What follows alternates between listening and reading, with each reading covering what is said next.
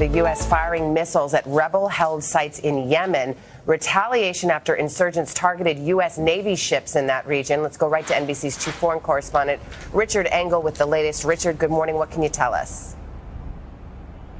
Well, good morning. It does seem like the U.S. military is getting sucked into yet another conflict in the Middle East. The Pentagon announcing that U.S. warships have launched Tomahawk cruise missiles to destroy 3 radar sites along the coast of Yemen in areas that are controlled by rebels. It's important to understand the context here. For about a year, Saudi Arabia has been at war with rebels in Yemen. That war backed by the United States. Because of that support, anti-American and anti-Saudi sentiment have been growing among the rebels. And then a few days ago, this weekend, the rebels allegedly launched an attack from their territory, targeting a failed attack, targeting U.S. warships. The United States at the time vowed that it would respond militarily if this should ever happen again. And then yesterday, it did happen again. There was yet another failed attack on U.S. warships in the Red Sea. And what we saw early this morning was the U.S. military response, the U.S. saying it will act anytime its sailors are put in harm's way. All right, Richard Engel on the story. Now to 2 police officers in Boston fighting for their lives after a dramatic shootout with a man who was wearing body armor. NBC's Tammy Leitner is in Boston for us. Tammy, good morning to you.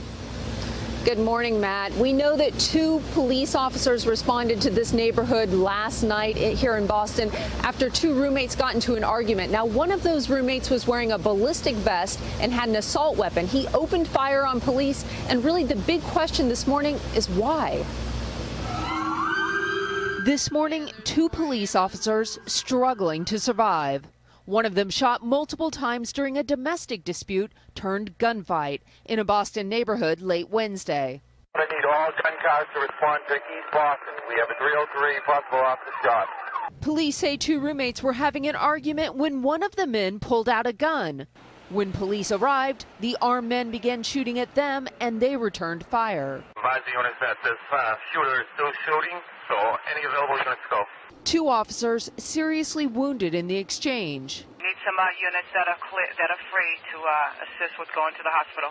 Authorities briefly locked down the neighborhood until SWAT officers shot and killed the suspect. They were able to neutralize the subject, who was armed with some sort of assault rifle, who also had on a ballistic vest. There was a lot of gunshots. There was like over 30 gunshots. Over 30. Yeah. And then we just seen a bunch of police come in, SWAT teams, the dogs, everybody.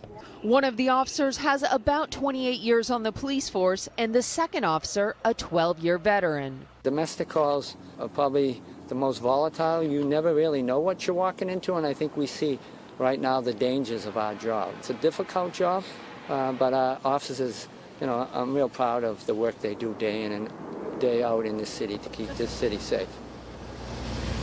One of those officers went into surgery early this morning. Both of them are in extremely critical condition. Matt. All right, Tammy, we've got some new developments now on that fiery plane crash in Connecticut. A U.S. official says the crash appears to be a suicide. Student pilot Faraz Ratik was killed Tuesday when the plane went down on a busy street in Hartford. The flight instructor survived the crash but was badly burned. The official says the men had a fight inside that small plane, and the instructor was unable to regain control from the trainee before it crashed. The FBI is now investigating. Let me take you back a little ways. Back when Sauer Bray was facing off against Glenn Denning for the State House, we found dead people voting. Well, tonight it's not the dead people that we're worried about, it's the Russians. And it's a scary thought. Hacking and cybersecurity crimes are becoming more and more prevalent. ABC 2's Nadia Singh is live at the City Board of Elections with more on the potential threat and what it means for all of us. Well, Kelly and Jamie, at this point, federal officials are saying that Russian hackers may have already breached election systems in both Florida and Illinois, Florida being the most recent, both potentially affecting voter information. And now lawmakers are asking for help to shore up the country's election systems. Sure, yeah, it's a concern. But there's a lot of worrisome things going on right now. A concern that's top of mind for top U.S. officials, cyber threats that could affect the upcoming election. I think state-sponsored hacking is part of our core issue of cybersecurity in this country. which to me is the greatest threat that we have. Right now, lawmakers are employing the FBI to investigate reports that Russia may be planning to try to affect the presidential election in November. It's really the first time that the U.S. government has formally identified a nation state as actually hacking any of our systems. So what could happen if these foreign hackers succeed? I think it's incredibly scary to think that a nation state could influence the outcome of an election, which is going to decide then the president of the United States. But they could skew the results, so they could maybe change, vote selections of individuals. They could potentially impersonate individuals, having individuals voting multiple times. Voters now have more than just which candidate to choose to worry about. And so, I'm not really worried about Russians. I think anybody, So I think just hacking is a general issue. Just in itself, anybody doing it is bad, and it can happen to anybody.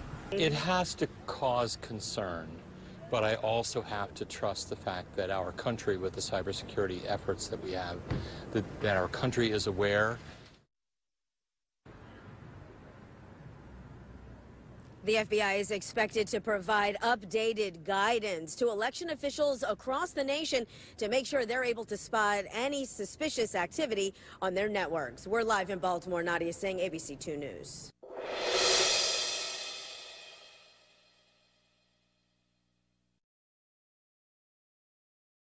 Mr. Scott Bennett is joining us out of San Francisco, California, former U.S. Army Psychological Warfare Officer.